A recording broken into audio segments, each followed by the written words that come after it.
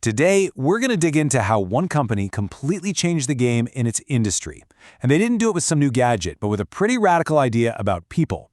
We are, of course, talking about Zappos and how they built this incredibly powerful, long-lasting competitive advantage by focusing on something almost everyone else was overlooking.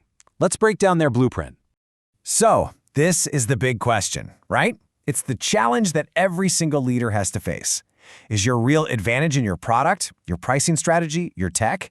Well, Zappos answered this question in a way very few companies had ever dared to. And their success gives us this powerful, people-first model to look at. And when we talk about success, we're talking about this kind of success. $1.2 billion. That is what Amazon paid to buy Zappos back in 2009. This wasn't just some successful little startup. It was a true unicorn that proved its business model works on a massive scale. So, how'd they do it? Well, right from the top, the late CEO Tony Hsieh made it absolutely clear. This was not some happy accident. Zappos didn't just stumble into having a great culture. They actually engineered it. It was their primary long-term strategy for winning. He believed that, anyone could copy products and prices, but nobody could copy their culture. So what was this revolutionary strategy? Well, it was all built around one simple idea: happiness. And I don't mean that in some fluffy HR initiative kind of way. I mean happiness as the central engine of the entire business model, driving everything from how happy their employees were, all the way to customer loyalty and, yes, profit. Now this slide, this one right here, reveals the secret sauce. Everyone knows Zappos is legendary for their customer service, right? But here's what they understood. Amazing service isn't the goal, it's the result. The number one priority was and always had been the culture. Why? Because they knew that a happy, empowered team would naturally, almost inevitably, create happy, loyal customers. Okay, so how did they actually build this thing? I mean, it wasn't just about putting a ping pong table in the break room. It was a serious, deeply embedded system. Let's take a look at the blueprint. It all began right here, with these 10 core values. And these were not just, nice-sounding words on a poster. This was the literal operating system for the entire company. And notice how specific they are. You've got everything from deliver wow through service to create fun and a little weirdness. It gave every single employee a really clear guide for how to act and make decisions. And this is brilliant. This shows how they protected that operating system. When they were hiring, Zappos literally gave cultural fit a 50% weighting, equal to your actual job skills. Think about that. You could be the best programmer in the world, but if you didn't click with their 10 core values, you weren't getting the job, period. It was a total non-negotiable. So this intense focus on culture completely changed where they put their money. Instead of dumping millions into TV commercials and billboards, Zappos made a really radical choice. They took that advertising budget and plowed it right back into the customer experience. Things like free, super fast shipping, a 365-day return policy, and a 24/7 call center staffed by those happy, culture-fit employees. The bet was simple. Create these wow moments, and your customers will become your marketing department.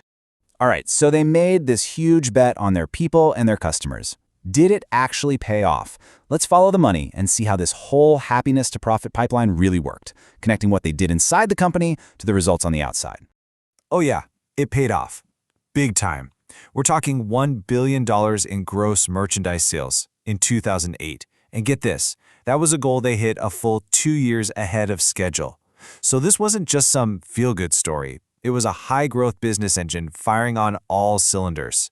And when Zappos hit that billion-dollar mark, they didn't thank some clever marketing campaign or aggressive sales tactics. Nope. They credited these three things: their investments in customer service, company culture, and employee training. It's fascinating what's not on that list. They grew by focusing inward. And, it wasn't just them saying it. The rest of the world really started to take notice.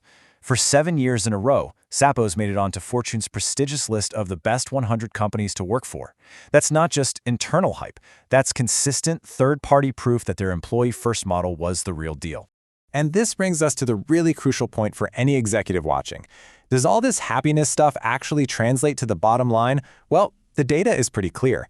A long-term study found that the public companies on that very same best to work for list consistently delivered stock returns that were 2 to 4% higher per year than their peers. A great culture isn't just a perk, it's a financially valuable asset. Which all leads to this core strategic insight from Zappos. Tony Hsieh figured out that over time, a company's internal culture and its external brand become the exact same thing. They just merge. What you are on the inside is exactly what your customers will feel on the outside. They are, quite literally, two sides of the same coin. So, what's the ultimate takeaway here for any leader? It's that your culture isn't just some part of the business. Your culture is the business. It is your ultimate, most defensible competitive moat. I mean, think about it. A competitor can copy your website in a weekend. They can match your prices tomorrow. They can even sell the exact same products. But what they can't copy is your people, your unique history, your shared values, and the trust you've built over thousands and thousands of daily interactions. That is a real defensible advantage. So if we boil the Zappos playbook down, it's this. First, they proved that culture is a high-return investment, not just another expense on the P&L. Second, they drew a direct line from happy employees to happy customers.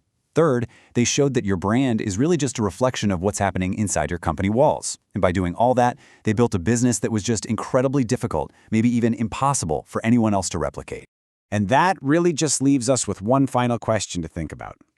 Zappos chose service, which really grew out of their core value of delivering happiness.